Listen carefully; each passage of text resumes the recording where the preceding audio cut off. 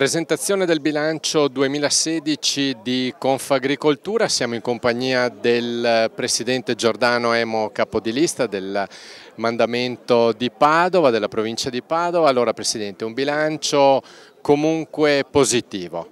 Sì, buongiorno a tutti, un bilancio positivo, abbiamo chiuso il nostro bilancio, abbiamo lavorato tanto anche nel 2016 e devo dire che abbiamo anche avuto una buona collaborazione anche con Avepa, con Regione Veneto, per tutta l'attività anche del centro assistenza che collaboriamo con loro, come sapete, e quindi siamo abbastanza soddisfatti, anche tanti corsi abbiamo fatto e insomma dai, anche se la vita è sempre più complicata, noi cerchiamo di aiutare i nostri soci, i nostri agricoltori ad andare avanti con il sorriso. Allora, una relazione analitica che ha preso spunto dalle colture estensive, dal comparto vitivinicolo e dalla zootecnia. Come sono questi comparti, Presidente? Certo, noi qua in provincia di Padova abbiamo parecchie proprio attività e parecchi comparti. Allora, ai seminativi purtroppo c'è la crisi, sappiamo che i costi di produzione sono sempre più alti e non abbiamo la possibilità di competere con gli altri paesi mondiali che utilizzano anche sistemi diversi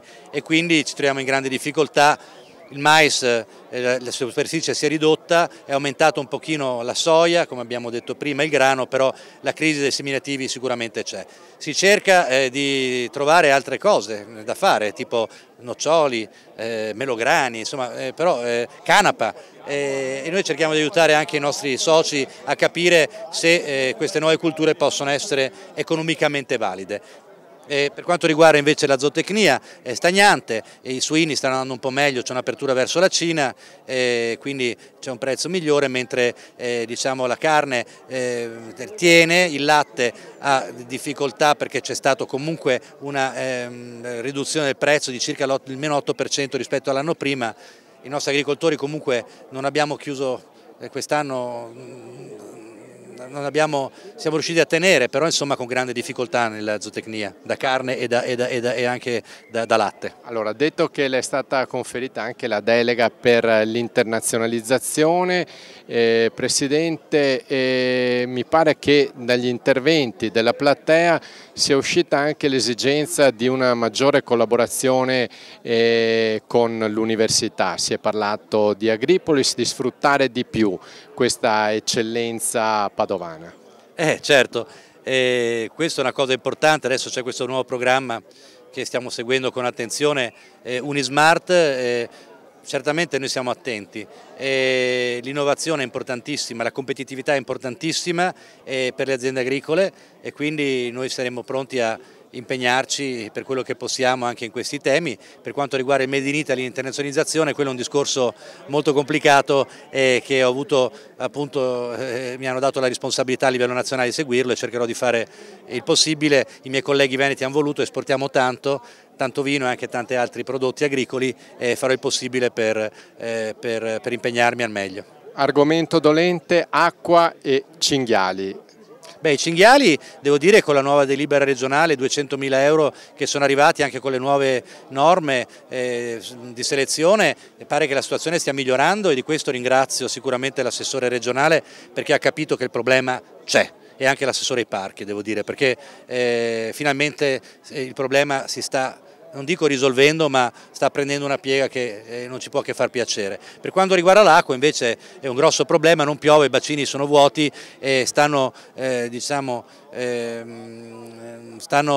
proibendo di irrigare le culture. Si pensi che abbiamo un problema enorme come l'inquinamento dei canali, che certo non è dovuto per colpa degli agricoltori, e l'acqua serve magari più su quello che non sull'irrigazione delle nostre culture. Questo fa pensare molto, no?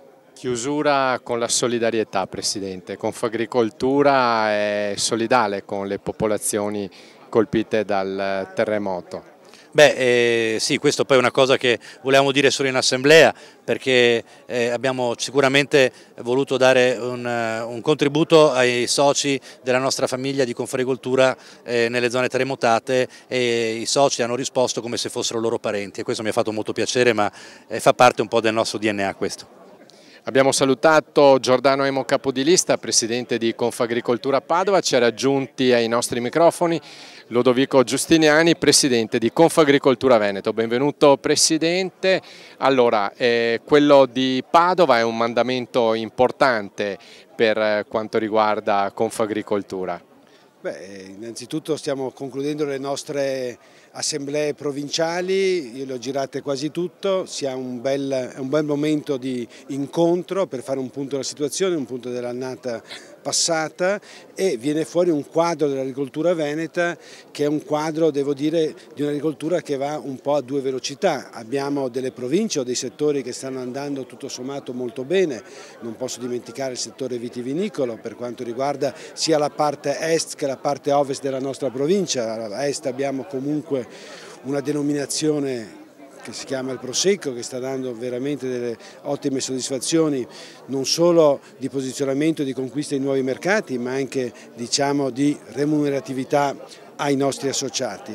C'è un ovest con il Valpolicella, con tutto il settore della Valpolicella e con le denominazioni minori che anche essa sta dando le buone soddisfazioni. E poi c'è tutto un altro settore agricolo che invece è un po' più di chiaroscuri li presenta, tutto il settore della zootecnia, sia zootecnia da latte che da carne, anche se devo dire che ad esempio nell'ultimo periodo la suinicoltura, che era in crisi da diversi anni, nell'ultimo periodo sta vedendo un po' qualche boccata di ossigeno con dei prezzi che iniziano a essere, diciamo, un po' più interessanti rispetto al passato.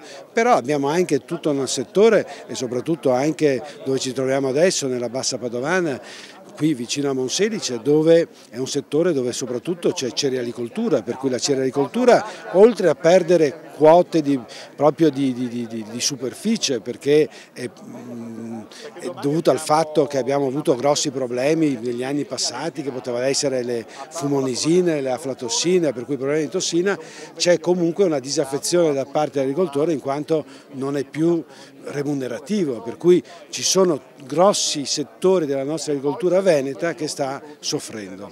Allora, parlando di PAC e di PSR, mi pare che la collaborazione con la Regione sia attiva e sia soddisfacente. Per quanto riguarda con l'Europa invece, Presidente? Devo dire che sull'applicazione del piano di sviluppo regionale non possiamo che fare i nostri complimenti comunque all'assessorato, alla Regione, ai suoi funzionari, ai dirigenti, in quanto comunque l'applicazione c'è stata, i bandi sono stati fatti, i primi finanziamenti sono stati erogati, per cui diciamo che c'è una programmazione che sta andando nel verso giusto. L'unico bando che non è stato aperto, l'unica misura che non è stata aperta è quella della consulenza, importante anche per le nostre aziende agricole perché porta comunque formazione e quant'altro, per il semplice fatto che ci sono delle problematiche a livello proprio di applicazione della misura o di apertura del bando, tant'è vero che è alla revisione perché non c'è, mi pare solo un paese europeo lo ha aperto.